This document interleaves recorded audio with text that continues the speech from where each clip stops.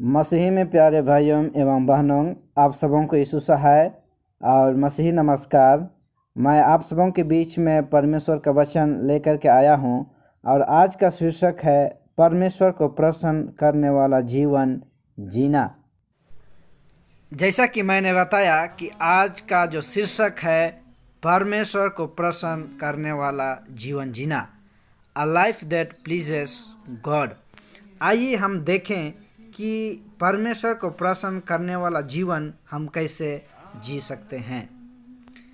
हम यदि बाइबल में उत्पत्ति 5 को देखें तो वहाँ बहुत से लोगों का नाम है। उत्पत्ति 5 का 6 कहता है, शेत का पुत्र एनोस, एनोस का पुत्र केनान और केनान का पुत्र महलेल, महलेल का पुत्र येरेद, येरेद का पुत्र हनोक। लेकिन बाइबल वहाँ आकर थोड़ी देर के लिए रुक जाती है। वहाँ पर वह हनोक के जीवन के बारे में बहुत महत्वपूर्ण बातों को बताती है। उत्पत्ति 5 का 21 से 23 में बोलता है, और हनोक परमेश्वर के साथ साथ चलता था, फिर वह लोप हो गया क्योंकि परमेश्वर ने उसे उठा लिया। हनोक परमेश्वर के साथ साथ चलता था और परमेश्वर ने उसे अपने पास बुला लिया। स्वर्ग को उसे जो है जीवित उठा लिया गया, हम इसे पाते हैं। उसी के बारे में इब्रानियों की किताब 11 का 5 में हनोक के बारे में बताया जाता है। बाइबल में सबसे पहले व्यक्ति को जिसने परमेश्वर को प्रसन्न करने वाला जीवन जिया तो वो हनोक था। हनोक भी जो है ऐसी परिस्थिति में था, उस समय की जो परिस्थिति थी बहुत ही खराब थी। वह उन लोगों के बीच रहता था जो परमेश्वर को भावता हुआ जीवन नहीं जी रहे थे। उत्पत्ति 6 का 6 में कहता है कि और यहोवा पृथ्वी पर मनुष्य को बनाने से पछताया। वैसे समय में हनोक अपना जीवन व्यतीत कर रहा था। परमेश्वर मनुष्य को बनाने से पछताया, वैसे समय में हनोक जीवन व्यतीत कर रहा था। वह उन कामों में से था जो परमेश्वर को प्रसन्न करने वाला जीवन जी रहे थे। हनोक भी जो है हमारे जैसे पापमय दुनिया में जीवन व्यतीत कर रहा था और वो जो है परमेश्वर को प्रसन्न करता है, अपना जीवन को बदलता है। चाहे हमारे चारों ओर का संसार भ्रष्ट और दूषित हो, जो परमेश्वर को प्रसन्न करने वाला जीवन जीते हैं उनके लिए परमेश्वर का अनुग्रह सभी जगह मौजूद होता है। हनोक के जीवन में अद्भुत बदलाव था जो परमेश्वर को प्रसन्न कर सका। उस पापमय दुनिया में जीवन व्यतीत करते हुए भी हनोक ने अपना जीवन को बदला और परमेश्वर को प्रसन्न कर सका। अगर हम परमेश्वर को प्रसन्न करने वाला जीवन चाहते हैं तो हमारे जीवन में बदलाव होना चाहिए। सच्ची पछताव, बाइबल के आधार पर जीवन व्यतीत करना और मसीह के उद्धार में विश्वास करने के द्वारा महान बदलाव आते हैं।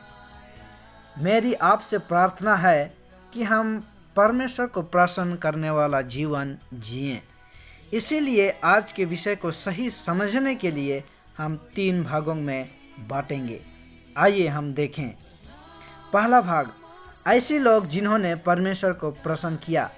हनोक 11 का हनोक जो है परमेश्वर को प्रसन्न किया, उसकी देखेंगे हम उसके बारे में इब्रानियों की किताब 11 का 5 में। विश्वास ही से हनोक उठा लिया गया कि मृत्यु को ना देखे और उसका पता नहीं मिला, क्योंकि परमेश्वर ने उसे उठा लिया था और उसके उठाए जाने से पहले की यह गवाही दी गई थी कि उसने परमेश्वर को प्रसन्न किया है। विश्वास ही से हनोक को उठा लिया गया और वो मृत्यु को नहीं देख सका, वो मृत्यु से नहीं गुजरा, बल्कि परमेश्वर ने उसे जीवित स्वर्ग की ओर उठा लिया। यीशु मसीह के विषय में भी जो है पाया जाता है। यीशु मसीह के विषय में भी जो है परमेश्वर को उसने प्रसन्न किया। यीशु मसीह में भी जो है परमेश्वर को प्रसन्न किया। रोमियों की किताब 15 का 3 में कहता है, क्योंकि मसीह ने अपने को प्रसन्न नहीं किया। यीशु मसीह भी जो है परमेश्वर का पुत्र होने के नाते अपने आप को प्रसन्न नहीं किया, बल्कि पिता परमेश्वर को प्रसन्न किया। पौलुस के बारे में भी जो है बताया जाता है कि उसने जो है परमेश्वर को प्रसन्न किया। गलातियों की किताब 1:10 में कहता है, यदि मैं अब तक मनुष्यों को ही प्रसन्न करता रहता तो मसीह का दास ना होता। पौलुस भी कहता है कि यदि मैं अब तक मनुष्यों को ही प्रसन्न करता रहता तो मसीह का दास कभी नहीं हो सकता।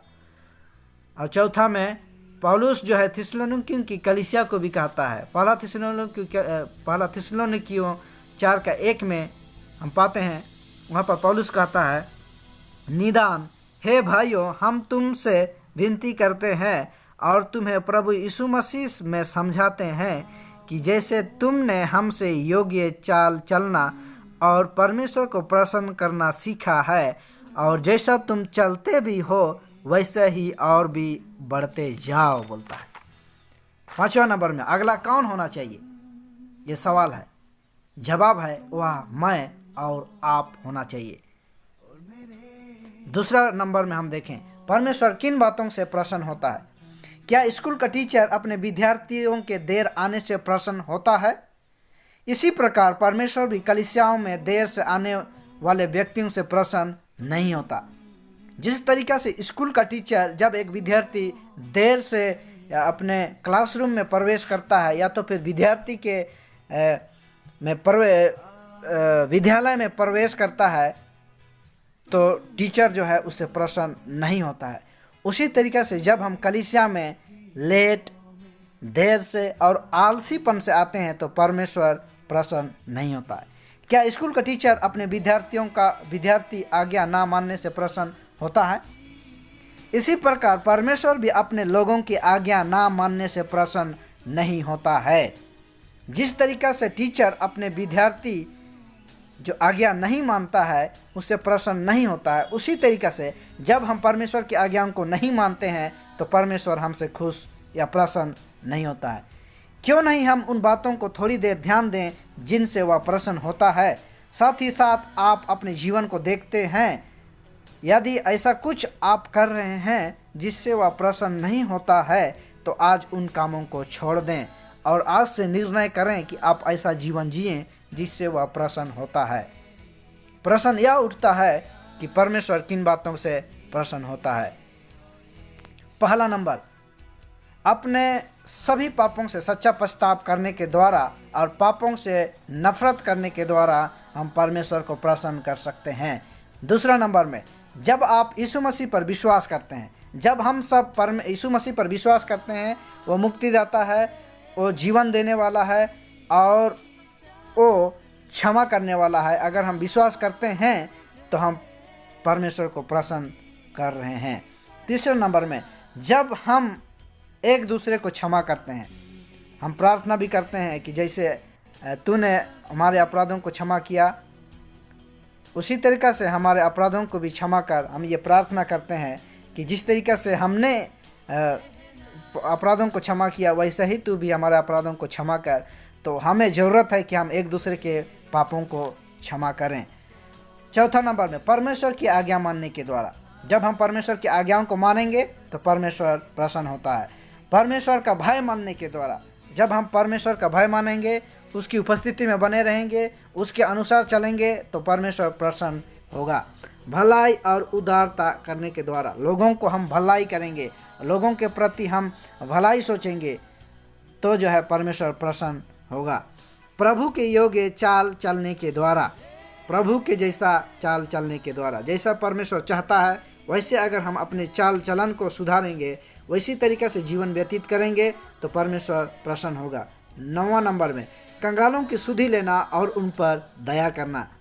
हमें चाहिए कि कंगालों की सुधि लेना और उन पर दया करना। आज बहुत सारे कंगाल और बहुत सारे पीड़ित और बहुत सारे भूखमरी से जीवन व्यतीत कर रहे हैं, उन पर हमें दया करनी चाहिए तो परमेश्वर प्रसन्न होगा। 10वां नंबर में, प्रभु की सेवा से वह प्रसन्न होता है।